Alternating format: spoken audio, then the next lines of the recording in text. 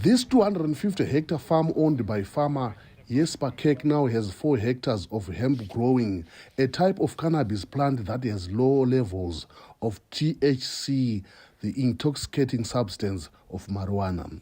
He plans to increase his hemp production when the next growing season begins in a few months. So I went for hemp because it's an export crop, much more reliable market. Whereas, for example, potatoes, local crop, the market's a little bit unstable in terms of the number of people are growing and selling into such a small market. So I wanted a slightly more stable crop in terms of the demand. Experiments raising cannabis started at this small plot and have spread to several parts of Zimbabwe.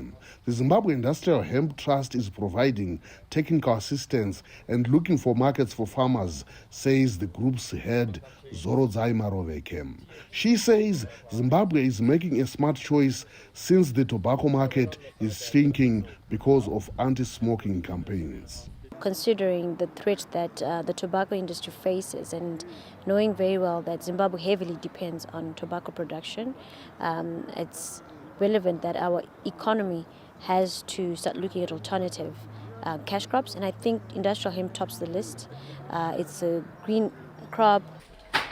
While Kek is thinking of exporting his crop, Walter Ruprecht has used some hemp produced by farmers this year to produce paper.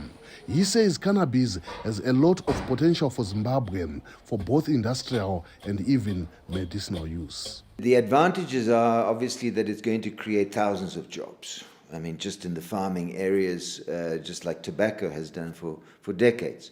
Hemp obviously has many advantages for its medicinal interests at the moment.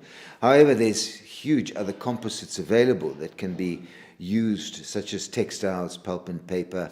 The global cannabis industry is expected to be a $46 billion business worldwide in 3 years, up from $16.47 billion this year, says Tino Kambasha of the Zimbabwe Investment Development Agency. So it's a market that's growing fast, and we think this is going to be a game changer for this country. And Zimbabwe has also gone a step further to show that it is willing to work with its partners and investors, by coming up with an investment stability agreement, which basically further protects you against anything like expropriation or changes in law. So, which is also quite great. Because of the new cannabis regulations, Kambasha added, Zimbabwe has attracted investors from the US, Britain, Germany, and others.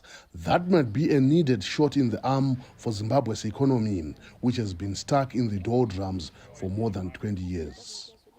Columbus Mavunga for VOA News, Beatrice, Zimbabwe.